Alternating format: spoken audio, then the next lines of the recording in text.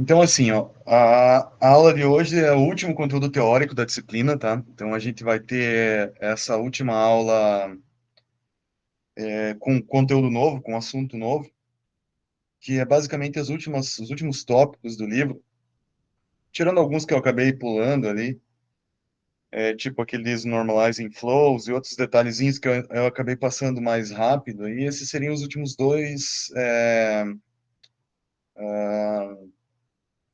conteúdos, assim, mais formais da disciplina, tá? Que é a parte de Variational Autoencoder e modelos de difusão. Então, eu vou dividir a aula em duas partes hoje. Eu vou falar primeiro sobre os autoencoders e os autoencoders variacionais, e depois os modelos de difusão. Eu não coloquei os slides aqui ainda, porque eu estava fechando esse conteúdo aqui, eu estava tentando seguir pelo livro, mas no fim eu acabei decidindo ir por um outro caminho, pegar um outro material para explicar esse conteúdo, porque como existe uma densidade matemática muito grande por trás, tanto do autoencoder variacional quanto dos modelos de difusão, eu cheguei à conclusão que se eu fosse seguir aquela sequência lá, acho que a gente talvez não ia ter um proveito muito grande, assim, desse conteúdo em específico, tá? Então, eu reelaborei um outro material aqui, acho que para tentar simplificar essa análise, e talvez deixar os pontos que são mais importantes para esses dois tópicos aí como o material que fica para vocês aí de referência, tá? Aí, semana que vem, a gente vai falar exclusivamente do projeto final. Então, reforço novamente para vocês preencherem o form, que aí a semana que vem vai ser uma discussão aí para o projeto final. Depois eu vou mandar um e-mail explicando detalhes sobre isso, como que a gente vai fazer a sequência na semana que vem. Mas se vocês puderem preencher o formulário com a proposta de projeto de vocês, já me ajuda a adiantar a análise para a aula, tá? Em termos de tarefa, não tem mais nada, né? A gente vai terminar por aqui. Agora o foco vai ser total no projeto final, até a apresentação, como eu estava falando anteriormente aí, que ficou para o dia 26 e 27 de fevereiro do ano que vem, tá? Eu dividi em 2 dias aqui, de novo, né? Dia 27 eu deixei para quem deseja apresentar inglês, vamos supor que quer treinar, praticar e tal, pode fazer, esse dia 27 vai ser exclusivo para isso. Também porque a gente tem alunos que são estrangeiros e esse pessoal aí vai ter que apresentar né, em inglês de qualquer maneira, então fica essa possibilidade aí também aberto para todo mundo. E dia 26 aí seria um dia dedicado a apresentações normais aí da disciplina, tá? Também estou sugerindo aqui um relatóriozinho final do projeto de vocês, tá? Algo bem simples assim, mas só para ter um documento, né, registrando aí o que foi feito. E o formulário está aqui, né, nesse link para vocês preencherem, tá? Então, isso aqui é a discussão da semana que vem, mas como eu disse, se vocês puderem adiantar o preenchimento do formulário, me ajuda nessa avaliação, tá? Então, vamos lá. Eu vou começar a primeira parte aqui com autoencoder variacional, porque os autoencoders variacionais, eles são base, de alguma maneira, assim, para os modelos de difusão. Não uma base, né, mas, assim, conteúdos que se estudem em autoencoder variacional também se aproveitam lá em modelos de difusão. Então, eu vou começar por ele. Também acho um pouco mais simples a sequência dele aqui. E daí, a partir daqui, a gente vai para os modelos de difusão. Um detalhe importante é que esses dois modelos aqui, tanto o autoencoder variacional quanto os modelos de difusão, eles estão bem encaixados dentro do contexto de modelos generativos, tá? Então, muito embora não seja direta essa relação aqui no autoencoder que eu vou mostrar para vocês, o objetivo final, no início quando esse paper foi apresentado, era sempre voltado para a parte de gerar dados, né? Então, modelos generativos, efetivamente, tá? Então, é como se fosse aí a sequência natural, ou a evolução que surgiu a partir das GANs, né? Dos modelos mais clássicos de modelos generativos, para o que a gente tem do estado da arte nessa área hoje, que são os modelos de difusão. Então, sai lá da GAN, passa pelos autoencoders variacionais e chega nos modelos de difusão, que é o estado da arte atual, tá? Então, como eu disse para vocês, o material que eu estou usando aqui é um material, assim, em boa parte desse vídeo que está aqui, né? Eu fui complementando com algumas outras coisas, retirando algumas coisas que eu achei que não, talvez não fosse ajudar tanto, né? Mas o material é principalmente desse vídeo aqui. Eu vou tentar seguir uma sequência parecida com o que ele usa no vídeo para tentar facilitar a explicação tanto do autoencoder variacional quanto do modelo de difusão. Tá? Então, primeiro, vocês estão vendo bem aí? Se ficar escuro assim, fica muito ruim ou dá para acompanhar? Beleza. Então, primeira coisa sobre o autoencoder, a premissa básica dele é que ele tem uma entrada e uma saída que tenta replicar o que está na entrada. Tá? Então, imagine que você tem, sei lá, um conjunto de features que você está colocando aqui, você passa por uma rede neural nesse formato aqui, que vai afunilando, né? Então, ela vai afunilando até como se fosse um,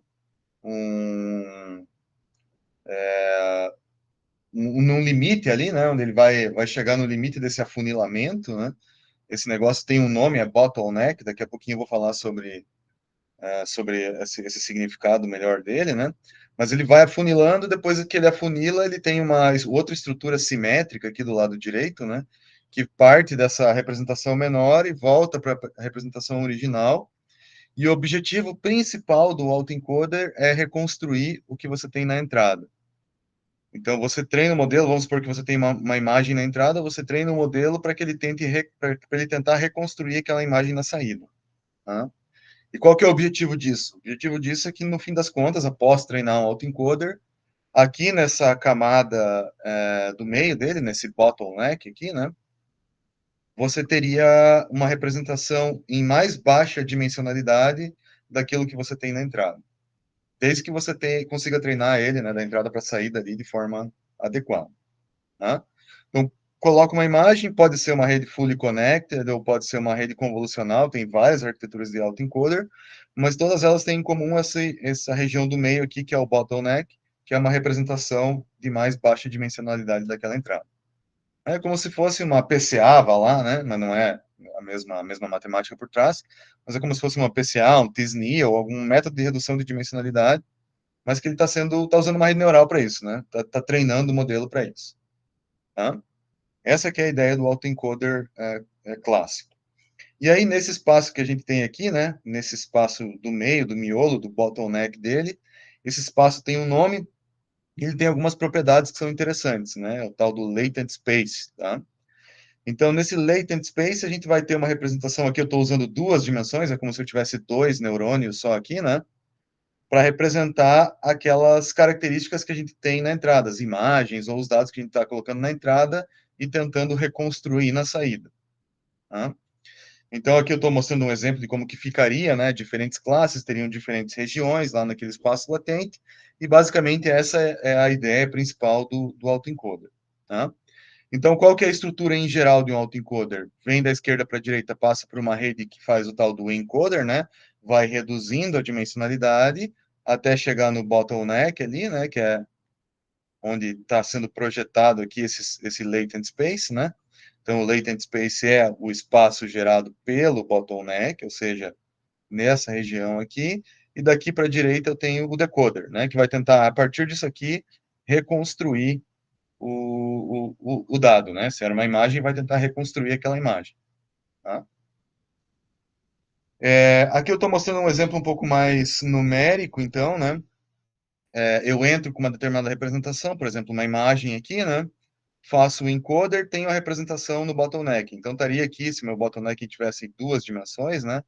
No latent space aqui, esse dado codificado teria uma representação aqui nesse espaço latente. E a partir desse espaço latente, se eu passar pelo decoder, então eu reconstruo aquilo que eu tenho na entrada com o menor erro possível. Esse é o objetivo, a loss function do autoencoder é reconstruir o dado na saída com o menor erro possível. Tá? E aí no meio aqui, então, tem essa representação em mais baixa dimensionalidade. Então, se eu tiver, vamos supor que eu tenho várias classes aqui, né? Então, estou colocando um coelho, sei lá, uma mesa, ou qualquer outra representação aqui, né? Coloco essa imagem na entrada, faço o treinamento para reconstruir ela na saída, e lá no espaço latente eu vou ter uma região que representa o coelho, uma região que representa, sei lá, uma mesa, um gato, um cachorro, enfim. Em diferentes regiões do espaço latente vão ter diferentes vão corresponder a diferentes classes, né? Ou grupos, ou semânticas no meu dado de entrada. Até aí, beleza, pessoal? Deu para entender a ideia geral do autoencoder? Beleza. Aí, a partir disso daqui, a gente vai tentar evoluir algumas características do autoencoder, tentar ver como que é a loss function e quais são as vantagens e limitações que a gente tem com esse autoencoder convencional. Detalhe, eu ainda não entrei no que seria o variational autoencoder, tá? Por enquanto eu estou só no que eu estou chamando aqui de autoencoder convencional, tá? Então aqui, nosso objetivo é, bota uma imagem na entrada, faz o processo para reconstruir ela na saída. No início a reconstrução é ruim, mas à medida que eu vou treinando isso aqui com backpropagation, eu vou melhorando essa reconstrução e cada vez mais a reconstrução se aproxima da entrada, tá? Até que depois do autoencoder treinado, eu posso pegar, por exemplo, nesse espaço latente aqui, um ponto qualquer e reconstruir a partir desse ponto uma imagem. Então eu poderia pensar, né, agora já colocando a ideia de um modelo generativo. Eu poderia pegar aqui uma amostra no espaço, gerada aleatoriamente, ou seja, numa posição aleatória desse espaço, e a partir dessa posição aleatória desse espaço, passar por um decoder do autoencoder aqui e gerar uma nova imagem, que não existia, por exemplo, durante o meu treinamento. Então, essa aqui que seria a ideia de usar essa estrutura como um modelo generativo. Ele não é exclusivo para isso, ele pode ser usado em vários contextos. O autoencoder é um negócio assim bastante amplo em termos de aplicação, mas eu estou restringindo o nosso aqui para modelo generativo nessa ideia, porque é onde talvez nos dias de hoje a aplicação tenha um apelo maior. Tá? E de novo, né, passando a entrada pelo encoder, eu vou ter uma representação aqui no espaço latente. Então, a loss function do autoencoder é bem simples, né? Tem várias variantes dela, mas ela é bem trivial, né? Ela tenta minimizar o erro que você tem pixel a pixel aqui, né? Da imagem, cada pixel correspondente da entrada e da saída. Você faz a diferença ao quadrado aqui, um MSE convencional, e é isso que você vai tentar minimizar. Né? Essa que é a ideia do autoencoder. E, de novo, você pode ter no encoder aqui camadas convolucionais, camadas fully connected. A arquitetura aqui é arbitrária, né?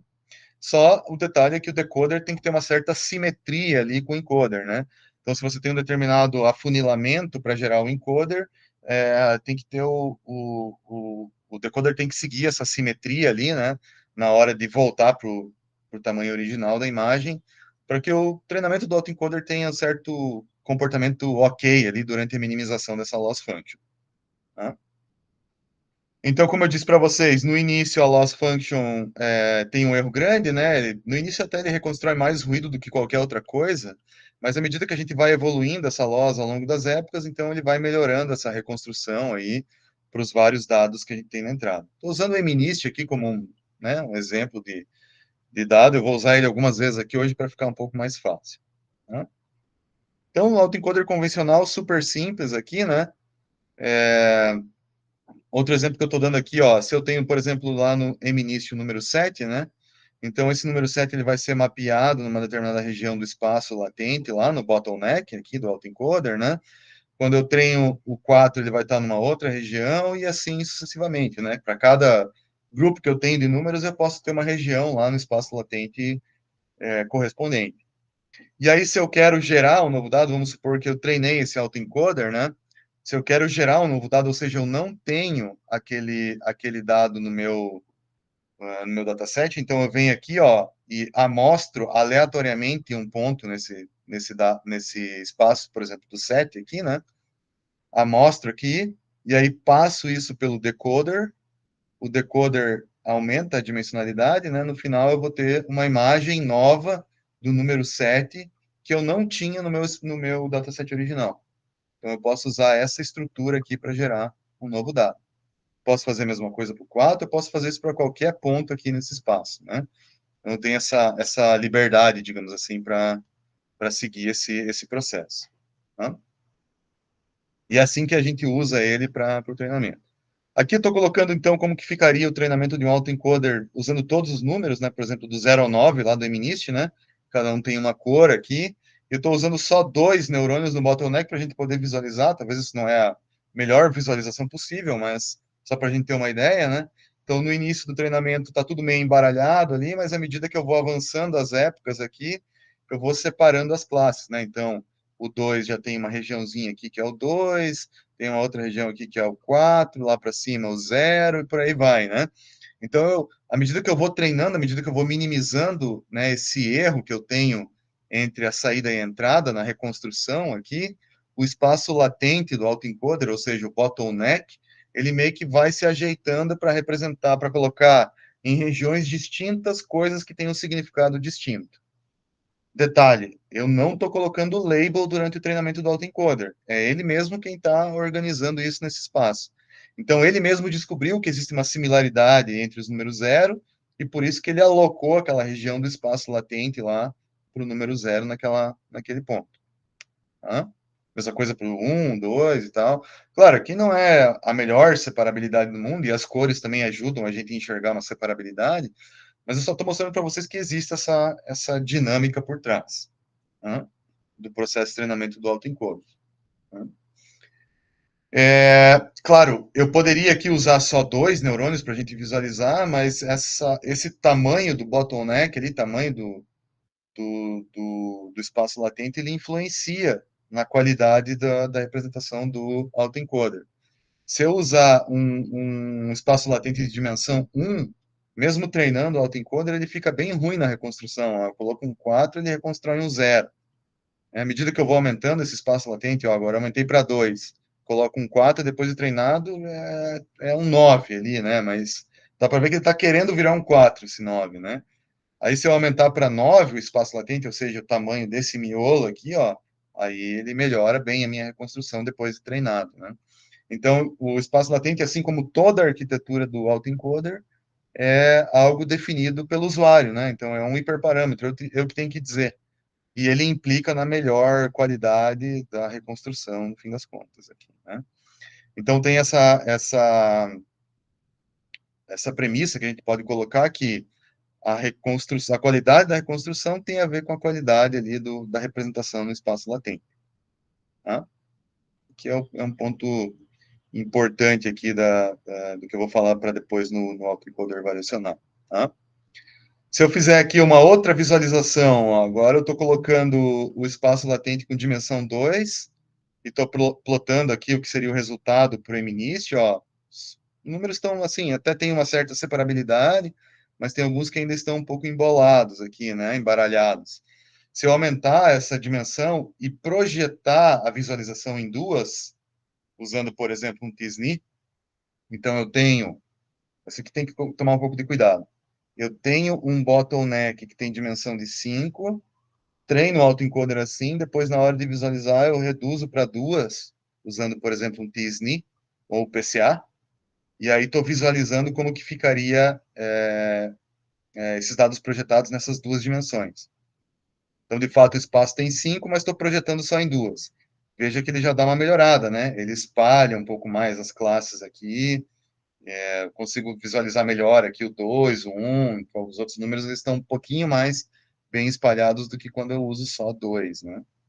Porque eu estou melhorando o espaço latente, então eu estou melhorando a representação ali e a reconstrução como um todo, né? Tá dando para acompanhar isso aí, pessoal? Tá claro essa sequência aí? Alguma pergunta até esse ponto? Tranquilo até agora. Tá. Professor, eu tenho uma dúvida. Qual que é o ideal? Só para confirmar, então a qualidade do espaço latente está diretamente relacionado com o tamanho da dimensão. Quanto maior a minha dimensão, necessariamente o meu espaço vai ter uma qualidade melhor. Até no limite aonde você pode começar a ter uma esparsidade. Então, imagine o seguinte, ó. Aqui eu estou aumentando o espaço latente, eu estou melhorando a minha representação, né? Ó.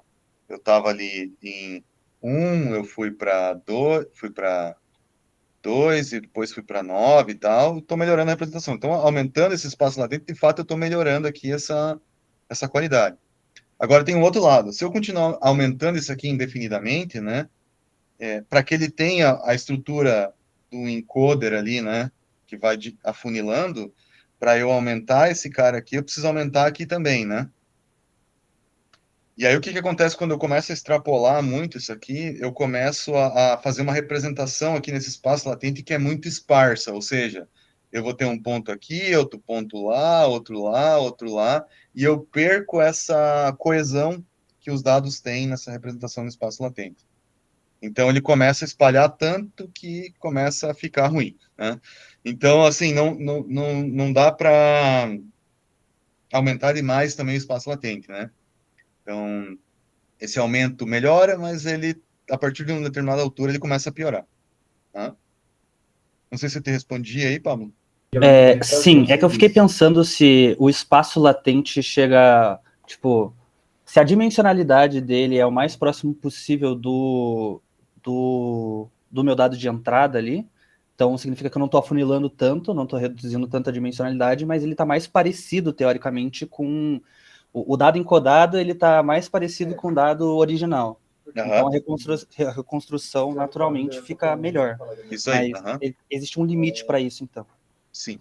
Tá, perfeito. E também chega um ponto que se você aumentar muito aqui, né, e tá quase igual à imagem original, assim, que vantagem você teria em fazer isso, né? Assim, nesse caso aqui eu tô te mostrando que com 9 ou, sei lá, 5, você já consegue ter uma boa representação daquele teu dado de entrada. Então, você está saindo de uma dimensão que é 28 por 28, né, 28 vezes 28, ou seja, 768, para 5, e esses 5 capturam a essência do que aquele 768, aquele vetor de 768 do MNIST lá, né, tem em termos de informação, né? Então, se você aumentar muito, você perde o poder de fazer, de fato, essa codificação, de reduzir essa dimensionalidade, né? Isso pensando do ponto de vista de redução de dimensionalidade, né? Aqui também a gente vai aproveitar isso para gerar novos dados, mas isso é um papo para daqui a pouco, tá? Já vou falar sobre isso. Mas só então te respondendo, Pablo, não adiantaria muito aumentar isso, porque daí você perde, né, a propriedade fundamental aqui do autoencoder, que é compactar a informação, né? Beleza, valeu, professor. Marina tem uma pergunta. Aplicando isso em gestão de projetos, como este mapa de dimensões latentes pode ser usado para identificar grupamento de riscos, tarefas? Aí depende dos dados, Marina, não sei, né? Esse espaço latente, ele é uma representação codificada do teu espaço de entrada. O que eu estou mostrando aqui é que quando eu aplico ele no MNIST, por exemplo, né, que é um dataset de imagens, os clusters nesse espaço latente representam os números, né? Então, tem essa semântica por trás, tem essa semântica associada. Agora, num outro problema, num outro contexto ali, onde são outras variáveis de entrada, eventualmente esses grupos aqui podem ter uma outra interpretação. Aí, talvez o que você poderia fazer é, por exemplo, aplicar um clustering nesse espaço latente, e a partir desse clustering tentar ver o que aqueles dados têm em comum. Se eles representam sei lá, stakeholders, como você colocou, tarefas, enfim, aí talvez eu teria que fazer daí essa análise inversa, né? Porque o autoencoder ele é não supervisionado por definição, né? Não estou colocando informação de classe nenhuma aqui, né? Ele é só um método, até onde a gente chegou aqui, para compactar a informação no espaço de dimensionalidade menor, tá? Mas ele também carrega alguma informação junto, como é o que eu estou mostrando aqui para o caso do MNIST. Coisas que são parecidas no espaço original também são parecidas no espaço latente. Ou seja, números do MNIST que têm o mesmo valor lá no dataset original, estão perto aqui nesse espaço latente. Tá? Professor, não entendi muito bem. O senhor falou que nesse espaço latente não existem essas classes? Não, Então essas colorações são do quê? eu tô colocando em cima aqui para dizer da onde que veio aquele dado. Então, eu tô falando assim, ó, esse aqui estava relacionado a um 2, esse estava relacionado, sei lá, a um 1. Eu vim aqui e pintei esse cara depois. Ok, Entendeu? entendi. Eu pintei ele depois para dizer ó, o seguinte, ó, esse grupo aqui, ó, pegando lá no meu dataset original e passando ele pela reconstrução, ele correspondia ao número 1. Tá? Ah, então você fez meio que o caminho, tipo assim, deixa eu colocar um ponto aqui, ver a qual cluster esse cara pertence no output e ver que número ele gerou. Meio que isso. Exato. Aham. Ok, É isso aí. Tá? obrigado. Só para mostrar que ele foi capaz de capturar aquilo lá sem eu dizer que número que era aquele, entendeu? Aí, pode falar, Marina. Boa tarde. Só aproveitando até a dúvida do Carlos agora, eu poderia, então, de repente, cada cor, delimitar, por exemplo, o verde é colocar isso como stakeholders, o outro tarefas. Eu posso fazer essa classificação e aí ter um resultado. Eu tive um pensamento certo? Imagine que isso aqui não tivesse pintado, tá? Tá. Que isso aqui tá todo mundo da mesma cor. Você poderia vir aqui e aplicar um método de clustering, por exemplo, um k-means, sei lá, um método hierárquico e tal. E aí o que esse método iria fazer, ele iria tipo pintar para você esses caras aqui, dizer, ó, esses aqui pertencem ao mesmo grupo, esses outros pertencem a outro grupo, e esses outros pertencem a outro grupo, beleza? Ia fazer mais ou menos isso que eu estou desenhando aqui, tá? Aí você, como conhecedora do problema, poderia vir aqui e fazer o seguinte: esse cara aqui, esse, o que que eles têm em comum lá no teu dataset original? O que que eles partilham em comum? Ah, esses caras são os mesmos stakeholders. Opa, então você achou uma maneira de representar os stakeholders aqui por esse grupo no teu autoencoder. Tá? Mas é você quem vai ter que dizer vai ter que dar fechar esse loop, tá? O autoencoder por si só ele é não supervisionado, tá? Eu não carrego a informação de classe ou qualquer outra coisa junto com ele. A única coisa que eu faço é eu dou uma entrada e tento reconstruir ela na saída. Só isso. Tá? Beleza, obrigada. Mas aí no fim das contas, isso aqui é o seguinte, ó. É como se existisse um espaço onde essas imagens aqui, né? Elas podem ser representadas no espaço de menor dimensão, que é esse espaço que eu estou mostrando aqui. E se eu conheço esse espaço de menor dimensão daquelas imagens, eu posso vir aqui nesse espaço, pegar um ponto qualquer nessa região, passar pelo decoder e gerar um novo dado. É para isso que eu quero usar o autoencoder aqui, tá? Essa é a aplicação que eu estou tentando focar. As outras, que são inúmeras, né? Vocês podem até dar uma procurada aí, sei lá, Machine Learning Applications with Autoencoder, algo assim. Deixa eu fazer isso rapidamente aqui para ver o que é.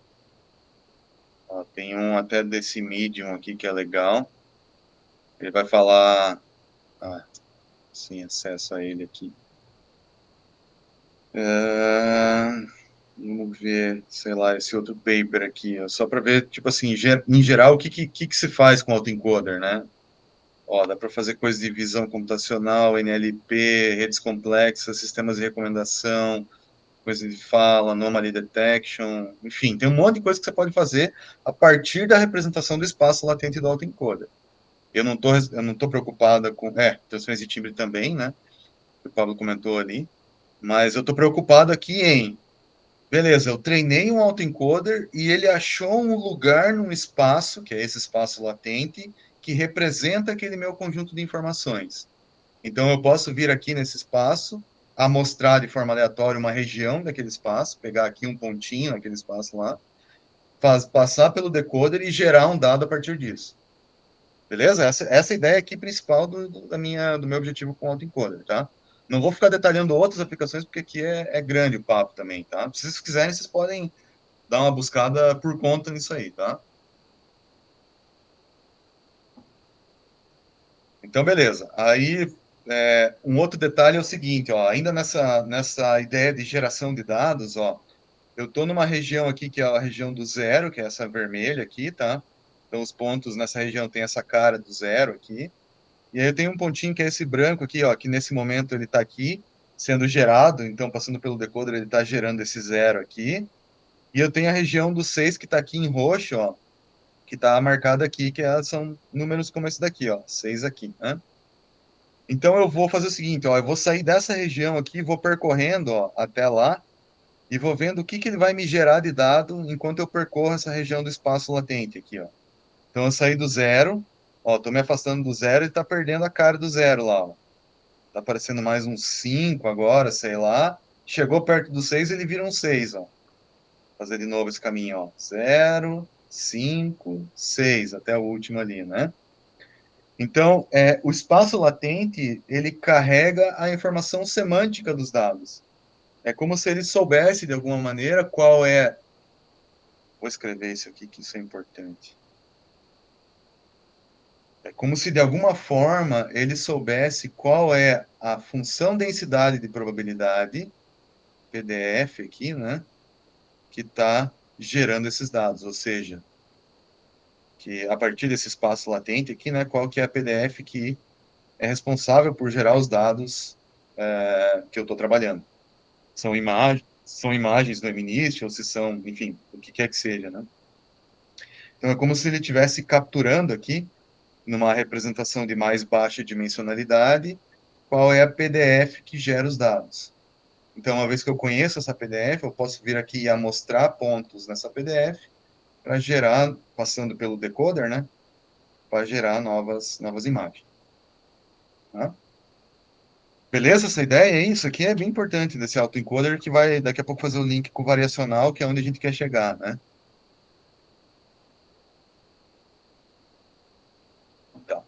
Então beleza.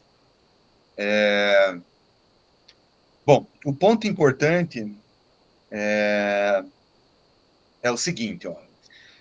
No autoencoder convencional, que nem eu estou colocando aqui, eu forcei um pouco a barra nesse exemplo que eu mostrei para vocês aqui, e dizer que saindo do 0, ele vai se aproximando do 6. Tá? Na realidade, isso é muito raro de acontecer para problemas que não são tão simples quanto o MNIST. Tá? Se eu pegasse aqui imagens de pessoas, e, sei lá, aqui eu tivesse o rosto de uma determinada pessoa e aqui o rosto de outra, vocês iam observar que fazendo esse caminho daqui para lá, ele passava por um monte de coisa que não tinha absolutamente nada a ver com rostos de pessoas, até chegar no rosto da próxima. Tá? Então, o que acontece no autoencoder clássico, né, nesse autoencoder que eu mostrei para vocês, que ele só tenta reconstruir a saída a partir da entrada, é que nem sempre, quanto mais complexo for a imagem de entrada, na verdade, né, nem sempre ele vai conseguir organizar esse espaço latente aqui de uma maneira tão bonitinha, igual eu estou colocando aqui, né? Na prática, ele vai gerar uma coisa assim que é bem bagunçada e bem turbulenta entre as regiões de transição. Tá? E isso aí dá uma limitada, assim, bastante grande no uso dele para gerar dados. Então, por isso que esse autoencoder clássico, ele nem é tão usual em modelos generativos, tá? Mas aí surgiu, em 2015, se não me engano, a primeira proposta do autoencoder variacional, tá? Então, o que o autoencoder variacional faz? Ele tenta fazer a mesma coisa, ele tem um encoder e um espaço latente e um decoder, né? Mas aqui nesse miolo ele tenta organizar aquele espaço latente. E qual que é a organização que o autor propôs? É forçar com que a distribuição dos dados no espaço latente sigam uma distribuição normal, gaussiana aqui com uma média e uma variância, ou um vetor de médias e uma matriz de covariância. Tá? Então ele tenta forçar para que a coisa tenha essa organização, e ele mostra lá no paper dele, né? Então, por meio dessa organização lá do espaço latente, que é esse paper aqui, ó, Autoencoding Variational Base. Deixa eu só ver de quando que ele é a primeira versão. Autoencoding Variational Base é de 2014, a primeira versão. Então, ele é até um pouquinho mais antigo. Então, a primeira proposta desse cara aqui, né, que por coincidência é o mesmo cara que inventou lá o método de otimização, o Adam, lá, que se usa bastante em Deep Learning, né? Quando ele colocou esse paper aqui, ele se preocupou, então, com essa característica principal, que é organizar o latent space, e essa organização, então, passa por forçar o latent space a ter uma distribuição gaussiana. Tá? Então, é como se eu pegasse todos esses dados aqui, tentasse compactar eles e organizar eles para eles terem essa distribuição gaussiana. Ele mostra lá no paper, né, que quando você faz isso, eu não vou entrar na discussão teórica disso, tá? Também é uma história longa aqui, né? Mas quando você força isso, Essa característica que eu estou mostrando aqui, de você sair de uma semântica e ir para outra, e nesse caminho, você ter um caminho que faça sentido, ou seja, gerar imagens que tenham um determinado significado, né? É mais fácil de obter, né? Essa característica aqui, né? É mais fácil de obter quando você força, então, que ele tenha essa distribuição normal, tá? Então, o que o encoder tenta fazer no autoencoder variacional é tentar calcular, então, qual que é a média e a variância que você vai ter, ou forçar qual é a média e a variância que você vai ter no teu espaço latente para organizar esse teu espaço latente. Então, ele vai tentar projetar e reduzindo a dimensionalidade até chegar aqui nesse espaço latente que vai ser gerado a partir dessa distribuição aleatória. Então, pensem que o encoder aqui, ele está estimando uma média e um desvio padrão, e uma vez que eu tenho essa média, esse desvio padrão determinados, eu posso vir aqui e amostrar, ou seja, tirar uma amostra dessa distribuição aleatória aqui para gerar o meu dado no espaço latente. Tá? Isso aqui é um pouquinho confuso, eu vou explicar em partes na sequência, porque não é tão trivial. Mas vou repetir que esse é para onde a gente vai. O encoder, ele é treinado, então, para estimar uma média e uma variância. E quando eu estimo essa média e essa variância, para eu pegar um ponto no espaço latente, eu venho aqui e amostro, né? Faço um sampling aqui, né? Dessa distribuição que tem essa média e essa variância. Aí eu gero um dado no espaço latente. E aí, tendo esse espaço latente, eu posso fazer o decoder para reconstruir. A ideia é a mesma, tá? Então, eu vou tentar explicar, assim, um pouco mais de detalhes do que isso significa, como que isso é feito na prática, né? Para tentar, talvez, assim, mais do que abrir a matemática, que é bem densa aqui, né? Isso aqui está baseado num negócio chamado Variational Bayes, né? Variational Bayesian Machine Learning, que é um assunto super vasto, denso e longo. Eu vou tentar, então, compactar essa matemática aqui e tentar focar mais no que isso significa durante o processo de treinamento do autoencoder. Tá? Eu não vou eliminar toda a matemática porque parte dela é importante aqui para o nosso entendimento da loss function que esse tipo de autoencoder tem. Tá? Então, ele não simplesmente tenta reconstruir a saída a partir da entrada aqui, ele faz algumas coisas a mais e é isso que eu quero mostrar como que a gente vai chegar nessa formulação. Tá? Então, primeiro, vou falar um pouquinho sobre esse lance do sampling, né? Então, quando eu estou usando esse till aqui, né? Eu estou dizendo que eu estou fazendo um sampling, ou seja, eu tenho uma distribuição normal. Vou pegar aqui o meu computador de novo. Eu tenho, sei lá, vamos pensar o seguinte, ó. Eu tenho uma distribuição normal. E o que significa fazer o sampling, né? Esse símbolozinho aqui, né? Eu vou pegar aqui e vou tentar gerar um número a partir dessa distribuição. Então, eu vou vir aqui, vou escolher aleatoriamente um valor de x, né? Os que estão mais perto da média têm mais probabilidade de ser escolhidos. Então, eu vou fazer aqui tipo uma geração de número aleatório a partir dessa distribuição. Então, vem aqui e amostra um valor, beleza. Sei lá, 0,3. Aí vou lá, sorteio de novo isso aqui, gero um outro número lá que vai ser, sei lá, 0,1. Tá? Então, eu estou gerando números aleatórios para esse espaço latente a partir de uma distribuição parametrizada, uma distribuição normal, gaussiana, né? Parametrizada por uma média e uma variância. Tá? Então, o processo de sampling seria gerar esses números aleatórios com essa característica. Tá? Então, pensando numa função de densidade de probabilidade, só passar rapidinho aqui, porque eu vou falar bastante dos conceitos e eu quero recapitular eles para não passar batido nisso de novo, né? Eu sei que isso é um negócio que rapidinho já confunde, né? Se eu tenho uma função de densidade de probabilidade aqui, então eu tenho uma parametrização posso ter uma parametrização dessa função de densidade de probabilidade, por exemplo, pode ser uma gaussiana, com uma determinada média, uma determinada variância, né? E em cima dessa função de densidade de probabilidade, eu posso calcular aqui o valor esperado, o expectation, né? Ou esperança aí, que se usa também em português, que tem uma definição, né? Tem uma definição matemática que é pegar e calcular a integral, ou somatória, se for discreto, né? Dessa PX ponderada por x ao longo de toda a existência dessa função de densidade de probabilidade. Tá? vou usar bastante essa definição aqui na sequência, tá?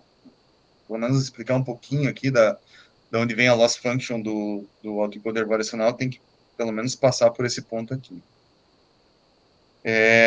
Então, tem aqui esse valor esperado, calcula essa integral, beleza? Essa é uma definição.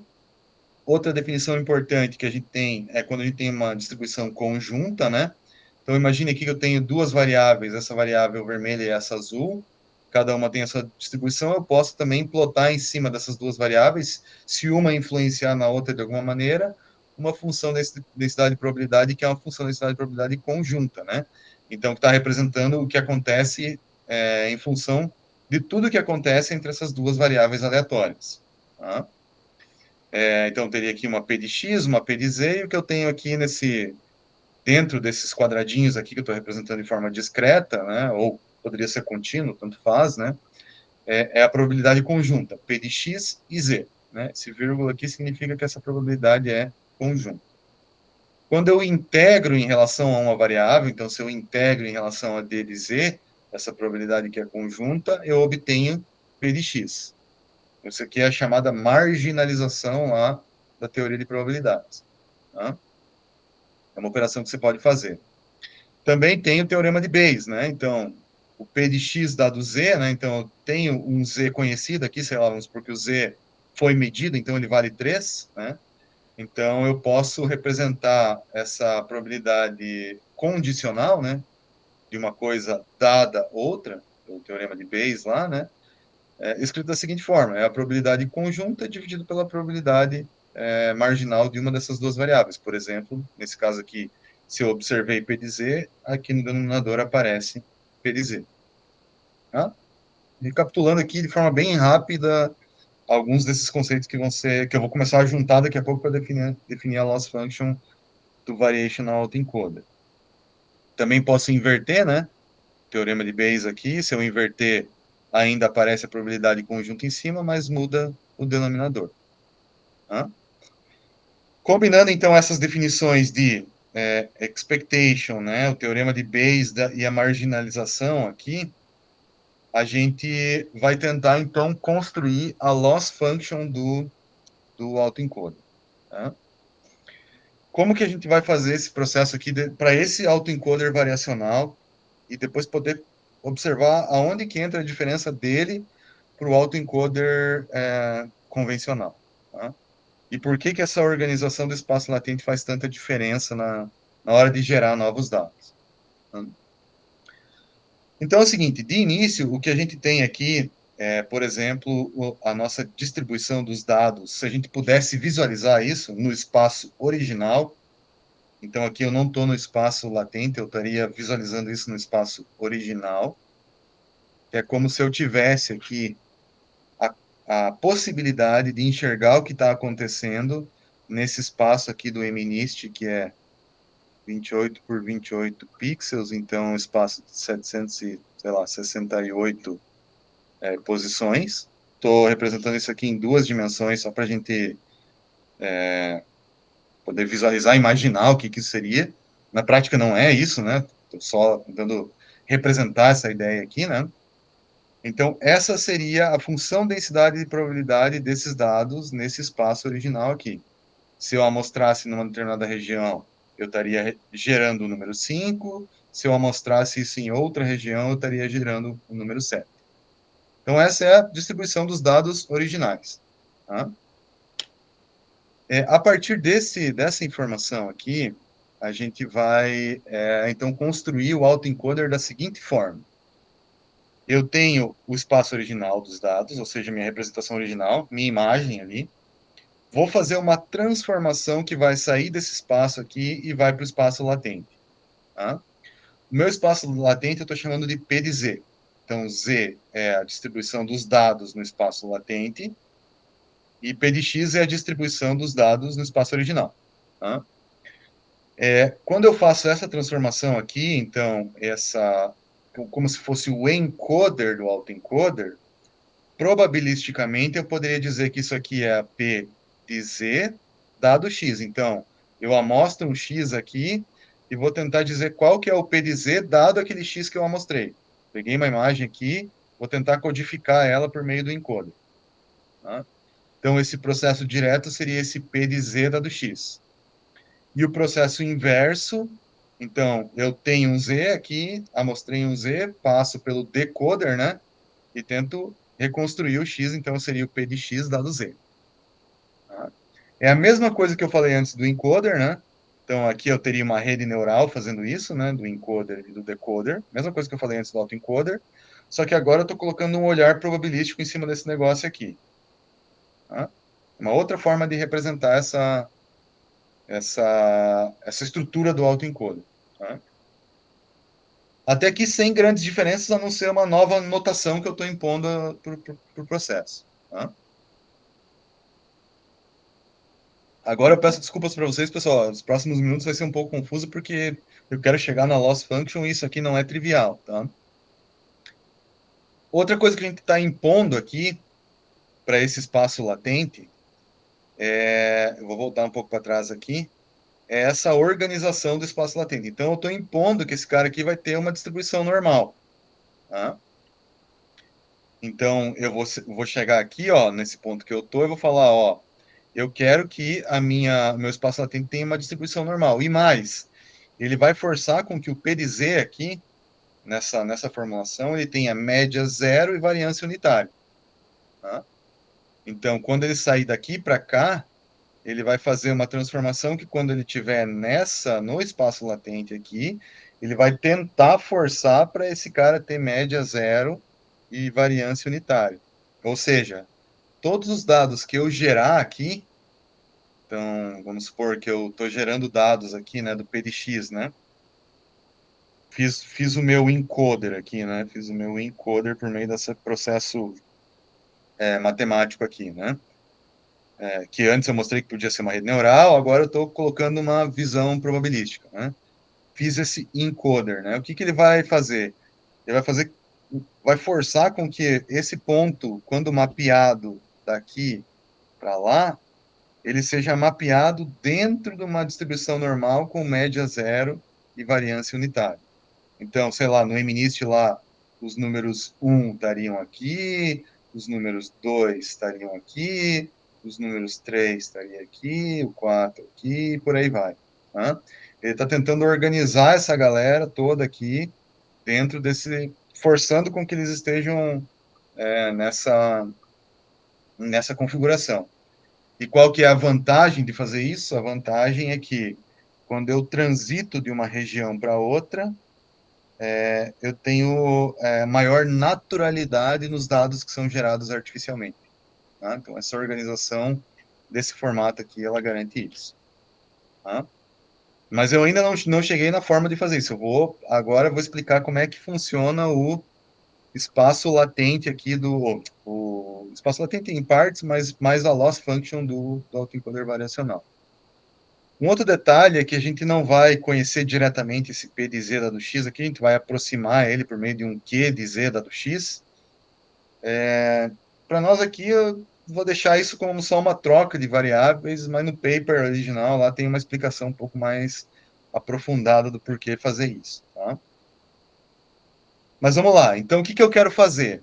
Eu quero fazer, então, quero aprender esse mapeamento direto aqui, né? Essa função Q de zeta do X aqui, né? Que vai ser uma distribuição normal com uma determinada média e uma determinada variância, ou seja, ele vai tentar mapear esses dados aqui dessa forma, né? Então, ele vai tentar aprender qual é essa média e qual é essa variância, né? Com a restrição que no espaço latente eles têm que estar ali dentro daquele grupinho ali com média nula e variância unitária. Tá? Então, ao longo do processo de treinamento do autoencoder, eu vou tentando empurrar os dados ali para que eles estejam o mais compactos possíveis dentro dessa representação. Tá?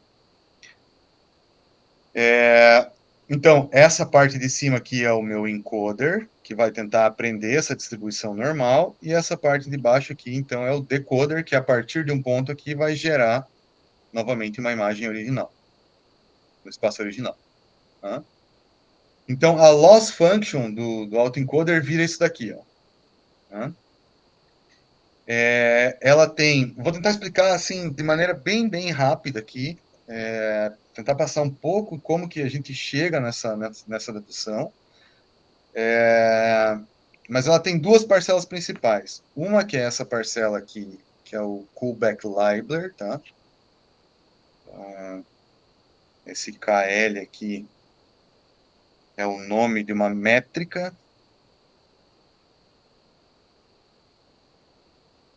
O nome de dois caras aqui, né?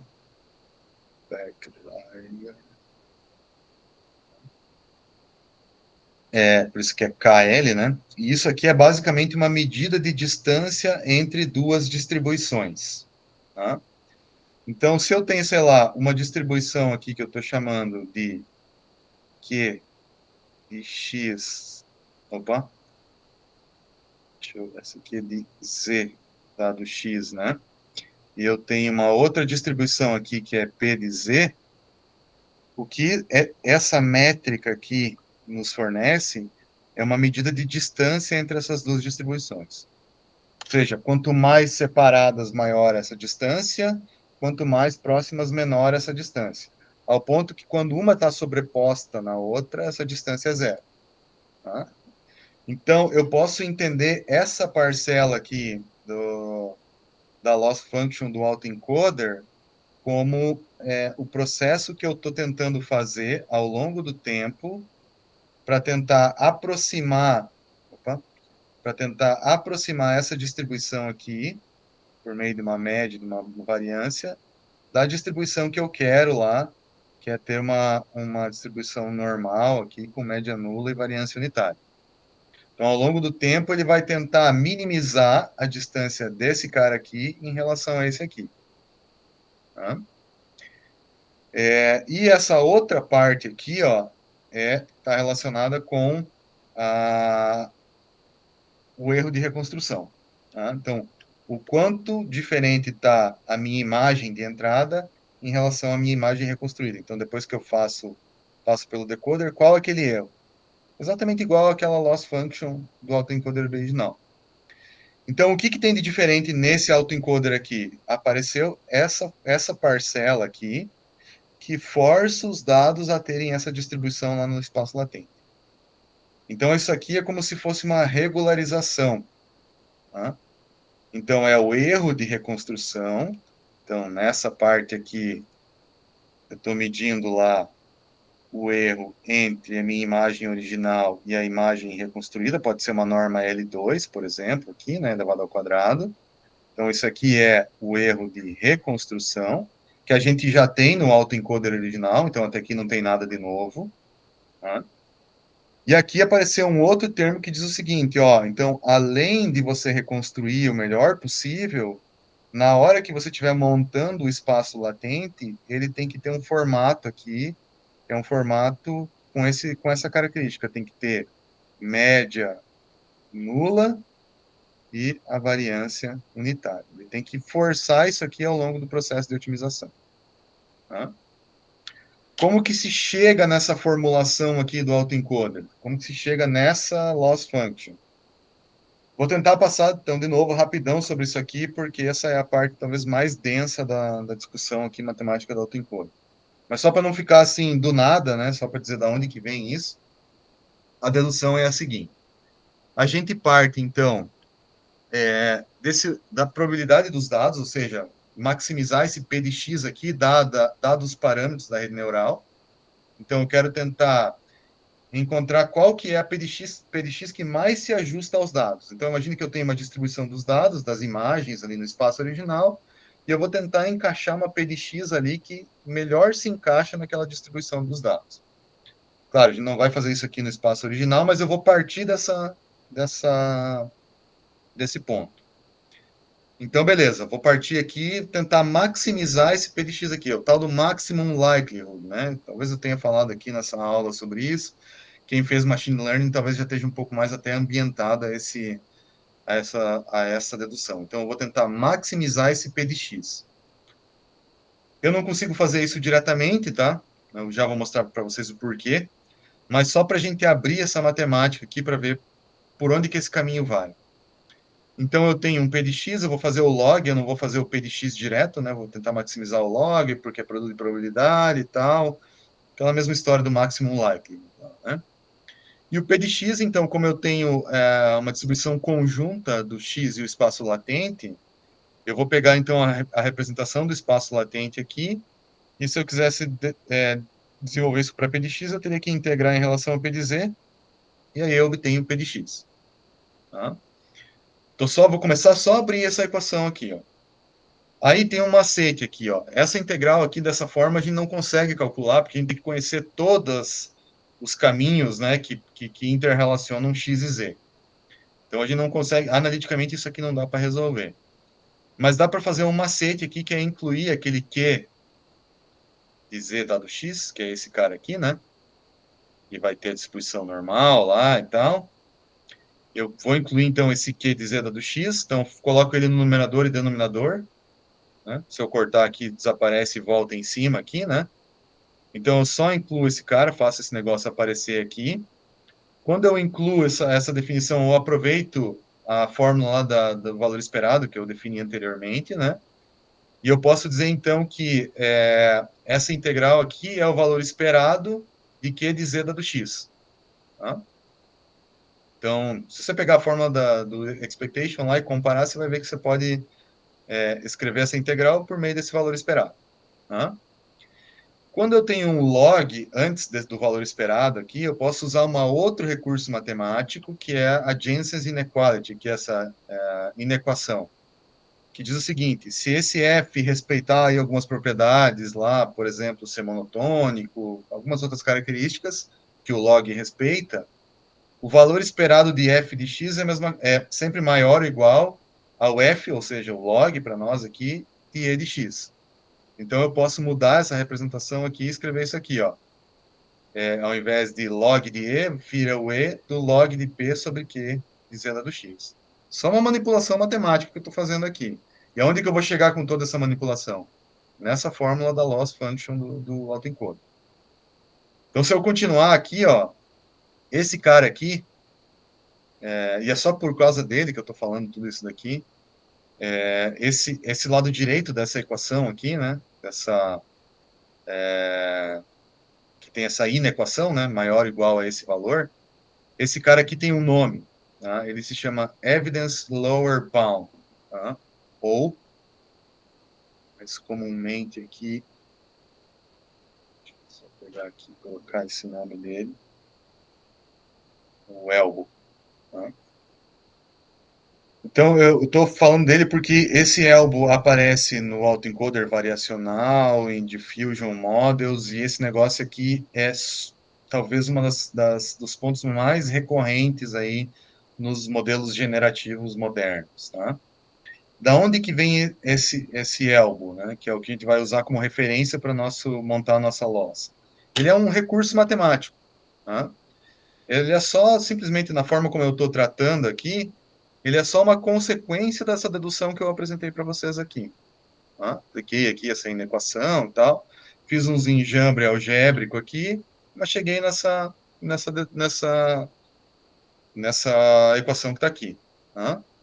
E aí tem uma prova que diz o seguinte, ó, se você quiser, então, maximizar esse cara aqui, é a mesma coisa do que você maximizar só esse limite inferior, que é o elbow ali, né?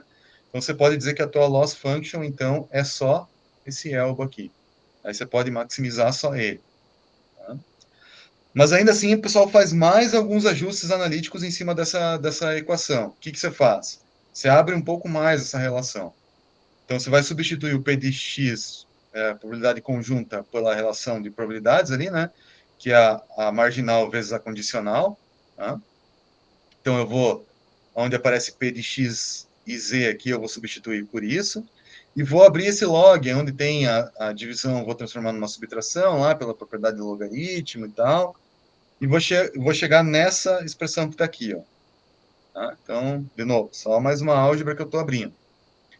E aí, se a gente espalhar esse valor esperado aqui, né, para dentro dessa soma, quiser ele para essa parte e para essa parte aqui, Então fica o valor esperado de log de P de x dado Z, e o valor esperado desse log aqui vira, por definição, a callback library, lá, aquela medida de distância entre duas distribuições, que nesse caso vai ser o Q e o P de Z. Tá? Mas, de novo, tudo isso aqui é para contar para vocês que existe o elbow. O elbow é que fundamenta a maximização que a gente está buscando, e é ele que vai gerar a loss function do autoencoder variacional. Se você não quer esquentar a cabeça com essa matemática, não tem problema, estou só contando ela porque essa terminologia aparece demais na literatura de Deep Learning moderna, então, assim, se você for mais a fundo trabalhar com essas coisas, você vai ter que se deparar com isso, fatalmente, né? Então, se você não quer se incomodar com essa matemática, não tem problema, essa é só a origem da loss function, mas o que a loss function do autoencoder variacional tem?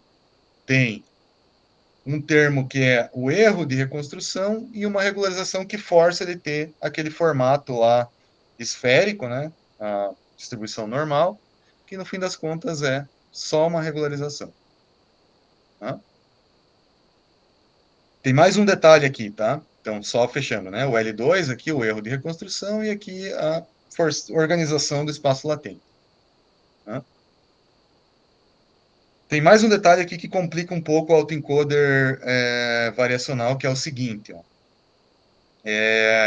Deixa eu mostrar para vocês esse ponto aqui.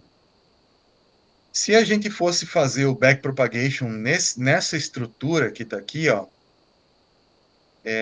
nesse ponto eu estou fazendo uma amostragem para gerar esse Z a partir de uma distribuição normal. Então, se eu fosse fazer o backpropagation, então, calculei o erro, agora eu vou voltar aqui no backpropagation. Na hora que eu chegasse nesse Z aqui, como eu tenho uma amostragem aleatória aqui, eu não consigo fazer esse backward continuar adiante, porque não existe uma forma matemática de tratar esse sampling aleatório durante o backpropagation. Tá? Então, o que mais que o pessoal fez aqui no autoencoder variacional? Eles fazem um negócio chamado reparameterization trick, tá? Truque da reparametrização. Tá? O que esse negócio faz? Ele tenta tirar desse fluxo aqui, da média e da variância que ele está estimando, esse cálculo durante o backpropagation. Então, o que ele vai fazer? Ele vai pegar uma distribuição normal de média zero e variância unitária e vai gerar uma variável aleatória epsilon aqui. Aí, esse epsilon ele vai multiplicar pela variância e somar com a média. Tá? Ao fazer isso, é como se eu tirasse a aleatoriedade aqui desse ponto e desse ponto e jogasse ele para uma outra variável epsilon que está aqui. Tá? Como agora eu estou multiplicando o epsilon pelo sigma e somando com o mi aqui para a média, né? Eu consigo voltar o backpropagation, né? Atualizar a média, atualizar a variância por ele aqui, já que eu não preciso passar o backpropagation por essa parte aleatória, já que ele é usado só para gerar um valor aleatório naquele ponto ali. Tá? Então, também tem esse macete aqui que se usa no autoencoder variacional para eliminar essa amostragem aqui durante esse processo. Tá? E aí, ao fazer isso, gera mais algumas simplificações, né? Então, ao forçar aqui ter uma distribuição normal com média zero, variância unitária, tentar minimizar isso para aproximar ela lá de ter média nula e variância unitária e tal. Isso aqui dá mais uma simplificada na equação e deixa a loss um pouco mais simples. Mas, em todo caso, eu acho que isso aqui é detalhe matemático, eu não vou esquentar tanta cabeça. Agora eu vou tentar mostrar para vocês qual que é o efeito prático de tudo isso daí. Tá? De novo, o que o autoencoder variacional tem de diferente? Então, ele está tentando estimar uma média e uma variância, e essa média e essa variância, ao longo do processo de treinamento, ele está forçando com que elas fiquem com valor médio para média, valor zero para média, e unitário para variância. É isso que ele está tentando fazer. Tá? E ele está minimizando, então, duas coisas. Uma que é o erro de reconstrução, que é esse L2 que está aqui, e outro que é o quão perto aquela distribuição está do que a gente quer, que é ter média nula e variância unitária. Estou plotando essas duas parcelas da loss function aqui ao longo do processo de treinamento do autoencoder variacional, só para vocês entenderem. Tá? Então, o que eu faço? Vou começar a minimizar os dois aqui. Comecei a primeira iteração aqui, né? Tô nas primeiras iterações do gradiente. Por enquanto, tá bem ruim. Tá todo mundo meio embolado lá. Não tá nem perto daquilo que a gente quer. O erro de construção também tá alto. Mas à medida que eu vou avançando, ó, eu vou minimizando meu erro de reconstrução. E eu vou tentando também fazer com que a minha regularização, ou seja, forçando com que os meus dados estejam agrupados ali perto da média, né? Ela também vai minimizando. Então, à medida que eu vou avançando, ó, ele vai dando passos aqui, até num limite que no cenário final, os meus dados estão gerados aqui com essa cara, ó. Eu tenho aqui os números, sei lá, número 1, aqui eu tenho o número 2, para cá eu tenho o número 3. Claro, eu estou embolando tudo isso no espaço de duas só dimensões. Se eu tivesse mais dimensões, ia dar para ver que isso aqui ia estar mais espalhado. Mas qual que é a característica principal? Ele está forçando todo mundo a ficar ali em torno da média e com variância unitária. Tá? Se eu for comparar lá atrás, ó, com o meu outro autoencoder, eu não tinha nem perto disso, né? Tinha os dados bem espalhados lá e tal, e o meu espaço latente estava desorganizado. Quando eu passo para essa representação aqui desse autoencoder, então eu estou forçando todo mundo a ficar meio embaralhado ali, aparentemente, né? Mas isso aqui gera uma organização e mantém a semântica, né? Ele também mantém essa separabilidade que a gente está buscando, tá? Então, aqui eu tenho algumas referências, algumas reconstruções aqui nesse espaço latente, só para mostrar que ele ainda mantém, né? E quando eu pego amostras aleatórias desse espaço latente, eu consigo ter coisas que tenham um significado real, independente da posição que isso esteja sendo pego, né? Então, tem a cara de uma imagem real, o que não acontece com o outro autoencoder convencional, tá? Então, à medida que que eu vou me afastando, por exemplo, vamos supor que eu estou na região central aqui, que é o 4. À medida que eu vou me afastando, ó, eu deixo de ter o 4 e vou passando a ter outros números aqui, né? Mas ainda assim com a cara de um número, né? Tem um significado aquele dado ali, né? E aqui, de novo, quando eu vou transitando de um número para o outro, né? Eu saio do 4 e vou para o 5 lá, ó. Essa transição, ela é mais suave, assim, né? Essa suavidade, eu até forcei a barra para vocês antes, num caso bem específico que funcionava para o autoencoder, mas para a grande maioria dos casos, no autoencoder clássico, isso não funciona, né? Então, precisa ter essa regularização que a gente impõe aqui para esse autoencoder variacional para ter essa interpolação. Tá? Problema do autoencoder, ele tem, por ele forçar esses dados estarem agrupados ali, né, com média zero e variância unitária, todo mundo meio compactado ali, né? Ele funciona muito bem para alguns datasets, tipo o MNIST, aqui, outros datasets mais simples, mas quando a gente parte para rosto, né, ou pessoas aqui, principalmente, ele dá uma embolada aqui, deixa meio... perde o foco, a nitidez, ele gera esse borramento geral na imagem, né? E se a gente for comparar isso com mesmo GAN, né, que a gente estudou, a GAN tem um realismo bem maior, né? E se for pegar os Diffusion Models aí, que a gente vai ver depois na segunda metade, esses casos são ainda melhores, assim, em termos de aspectos realistas, tá? Então, o autoencoder clássico, esse que eu mostrei aqui, o autoencoder variacional clássico, ele não é tão robusto, né? Ele perde um pouquinho para esses modelos de difusão e GAN, mas algumas variações dele, tipo esse Beta Variational Autoencoder ou o VQ, eles dão uma boa melhorada em relação a isso, então também, para alguns casos, esse tipo de autoencoder aqui, ele também é o estado da arte para geração de dados. Tá? Usar uma GAN para remover, é que assim, vamos supor, você quer treinar uma GAN para tentar melhorar essa estimação aqui, né? O que esses caras fazem, por exemplo, esse VQ aqui, é meio que melhorar o autoencoder para fazer isso, sabe? Então, a solução natural é melhorar o autoencoder e não usar um outro modelo para fazer isso, sabe? Esse que é o caminho, tá, Mikael?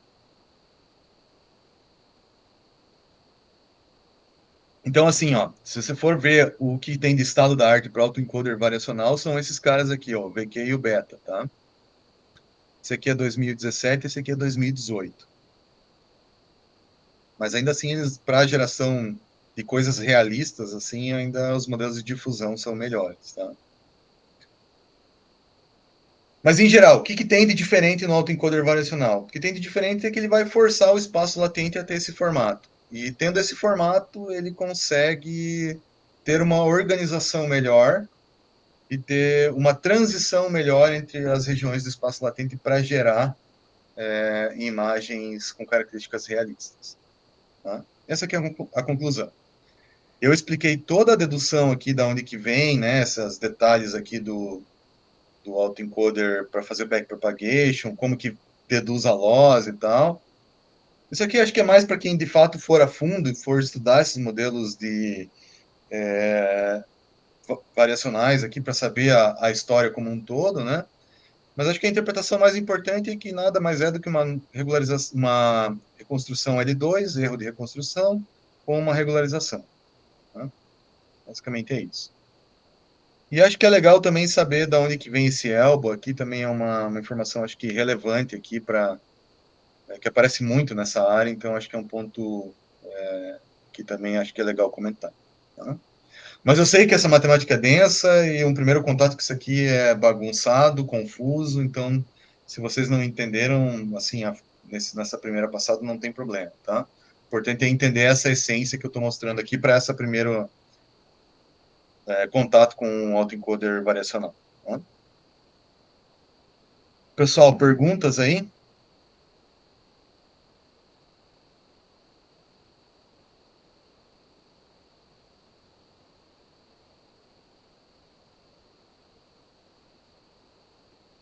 Algum ponto que vocês queiram que eu repita aí?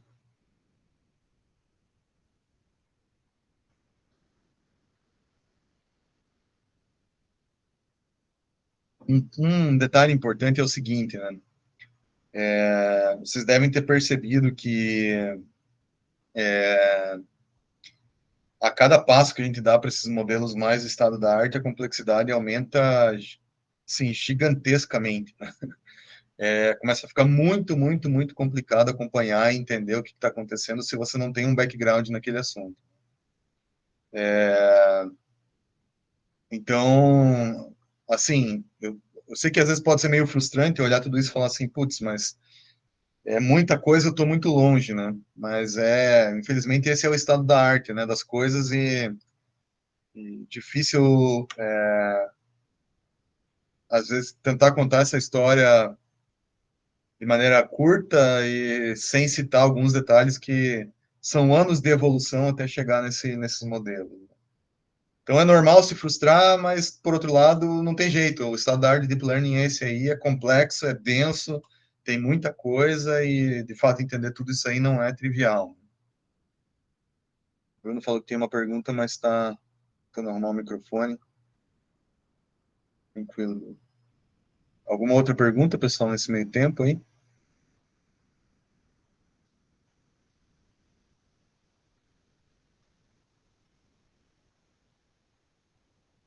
Eu, para acompanhar a ideia geral, pelo menos aí do autoencoder, o variacional mesmo não, se a parte da dedução matemática não ficou tão clara.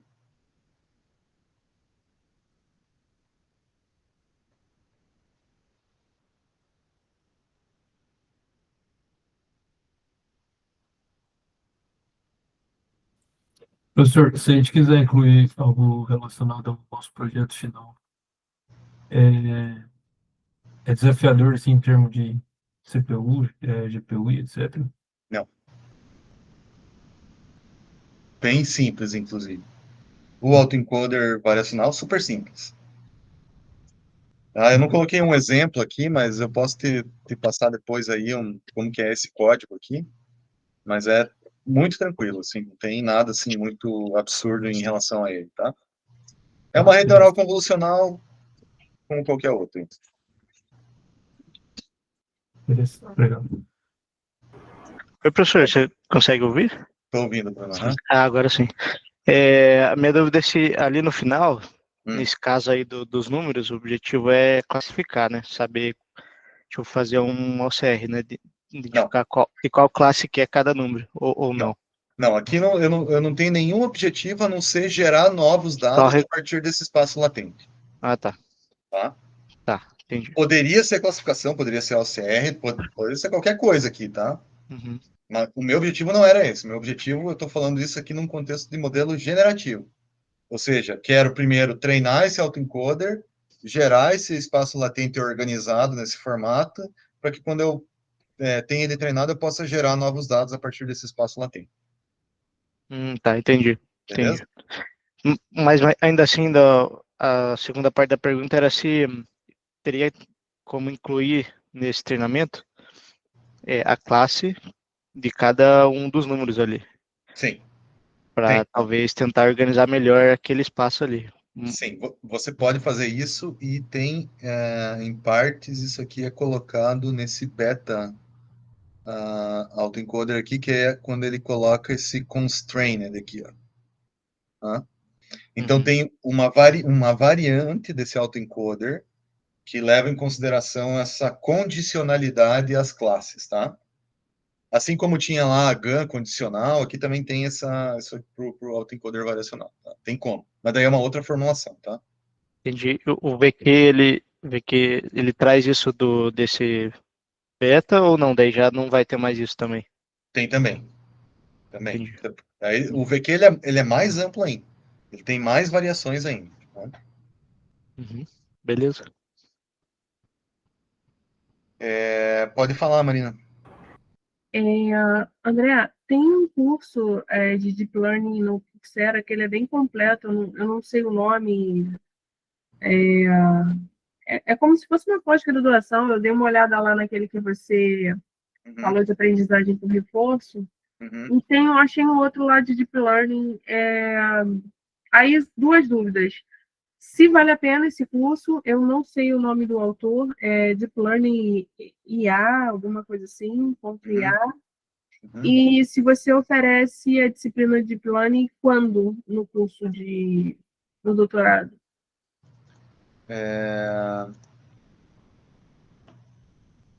Deixa eu te responder por partes. Eu acho que esse que você está falando é esse aqui, né? O deeplearning.ai, né? Isso. E aqui dentro ele tem uma... Tem uma série de cursos encadeados que falam boa parte do que você está Tem dando. uma especialização em deep learning, eu acho, né? Em algum lugar aqui, né? O que eu acho que pode acontecer aqui, só vou abrir para te mostrar, para justificar o que eu quero te explicar aqui. Tá aparecendo aqui estranho.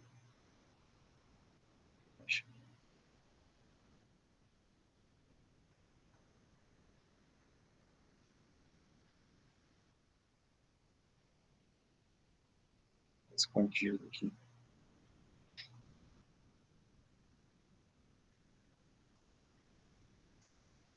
Essa aqui, né? Então, veja, se eu for comparar o que eu estou dando nesse curso com relação ao que eles explicam aqui, né? Então, a gente passou por tudo isso aqui, ó. Passou por rede neural deep learning, né? A parte introdutória, a parte de otimização de performance, a gente até não falou tanto, mas falou de regularização, falou dos métodos de otimização. Aqui ele fala como estruturar um projeto. Acho que isso aqui é mais prático do que... para um curso mais prático do que um curso teórico, igual é o nosso aqui, voltado para pós-graduação, né? Aí ele fala de redes neurais convolucionais, a gente passou sobre elas aqui também. E aí ele fala de modelos sequenciais, que tem basicamente rede neural recorrente, LSTM lá, né? Um pouco de processamento de linguagem natural e vai para transformers, que a gente basicamente já falou aqui também, né? Então, assim, é muito parecido, né? Eu estou indo um passo à frente aqui, que é falar um pouco de modelos generativos também, que não são colocados aqui, né? Então, essa seria a diferença, talvez, mais importante, né? Do ponto de vista de conteúdo. Do ponto de vista da forma, isso aqui é um curso mais para ensinar a prática, né? Então, é muito mais exercícios práticos do que aspectos teóricos, como eu coloco aqui, né? As minhas aulas levam em conta muito mais a parte teórica, uma explicação talvez mais densa, porque é um curso para programa de pós-graduação que tem esse viés, né? Então, essa que seriam os pontos, acho que, mais importantes. Outra coisa, você perguntou quando que eu oferto esse curso, né, ao longo do ano, é isso, né? Isso, você dá esse e dá um outro, que ao longo do curso você falou, não foi? Eu dou esse curso, que é de Deep Learning, e é só esse, né? Aham. Um outro curso que se chama Reconhecimento de Padrões, que aí são coisas que não envolvem Deep Learning, né?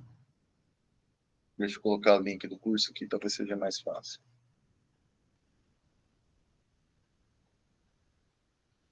Vou colocar no chat ali.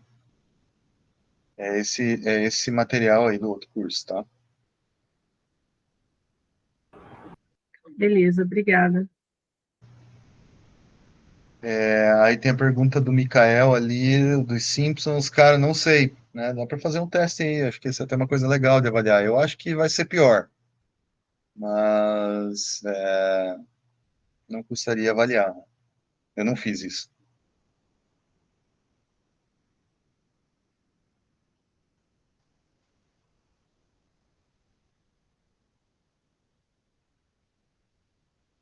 Mais alguma pergunta, pessoal?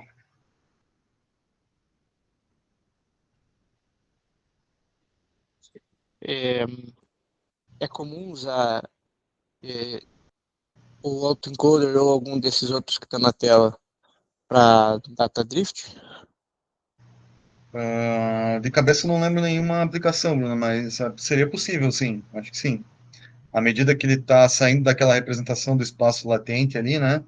E está partindo para uma outra representação, significa que está tendo algum tipo de escorregamento naquela representação na entrada, e talvez ele possa ser um indicativo. Até uma boa ideia, pode ser um tema interessante, sim. Uhum. Beleza.